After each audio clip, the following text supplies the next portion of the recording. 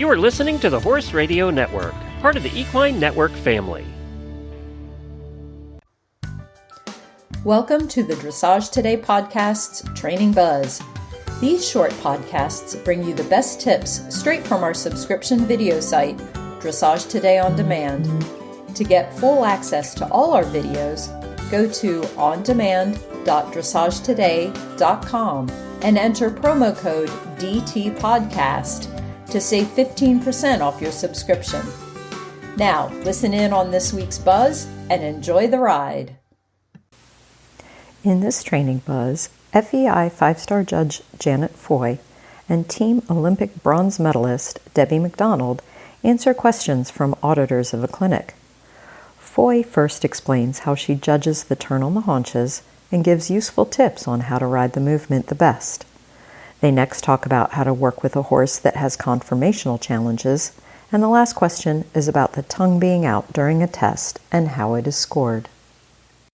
We have a couple questions. Okay. That we've created questions. I'm sure we have. One for me is you and I talked about this, how you would approach the turn on the haunches or the walk pirouette. And as a judge, I have to say I can't give you a 10 unless you start with a little shoulder fore. However, also be a smart rider. And if your horse always pushes against the left leg, then I would start with the little haunches in to the right to make sure you have the control Yes. of the hind legs. Yeah. So, and I think usually when you're training, you'll feel the horse pushes against, you lose the haunches one direction and the other direction, the shoulders don't turn. Dive. Yeah, the shoulders go down and don't turn quickly enough. So the difference is if I'm doing a turn on the haunches and this is the line, I would start here and I can go at least a meter, which is about 3.3 feet. So I could go walk, walk, walk, walk, walk. And now I have turned, I'm faced this way.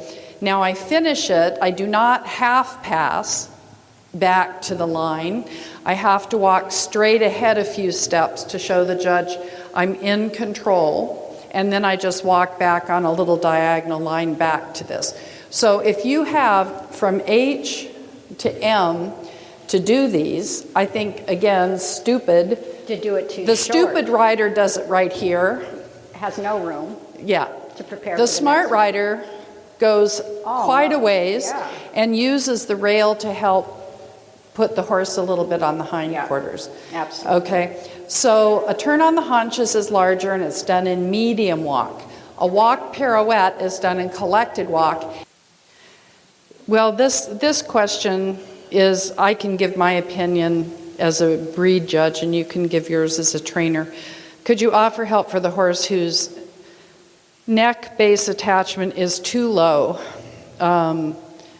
for the upper levels, and he lifts, lifting the neck is, the base of the neck is difficult.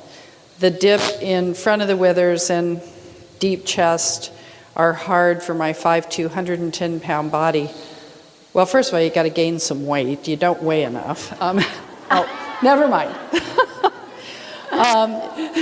It's hard for her to get canter collection, to go up to third and fourth. And I will say from a judge's point of view, some horses should not move up the levels. It's not fair to the horse, and it's not fair to you. You can teach the horse the tricks all the way through Pre-St. George, but to put the horse in the correct balance required to compete at that level, some horses physically can't do it. I mean, Debbie and I, we could say we want to be Balanchine ballerinas, but since neither of us are 5'9", Can't even touch my toes.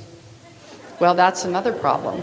So, That's it. you know, I think you realistically have to think about your horse and what's comfortable and what's possible. Well, and for I them. also just want to say, I think anytime somebody's struggling because of a horse's conformational problem, it is not helping your riding in any way, shape, or form.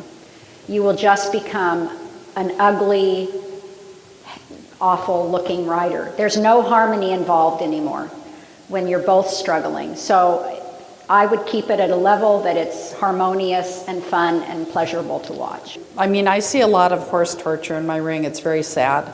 It's like, why?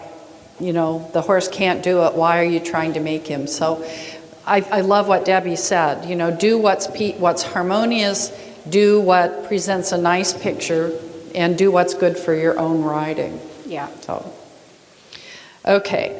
So I have another tongue question where the tongue was out. The judge took a point off for every movement.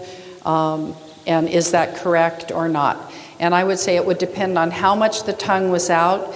The judge has to see the tongue every time. Sometimes when it's only out the left, if you're on the right, you can't see it. But I think with the half points now, sometimes a half point is strict enough.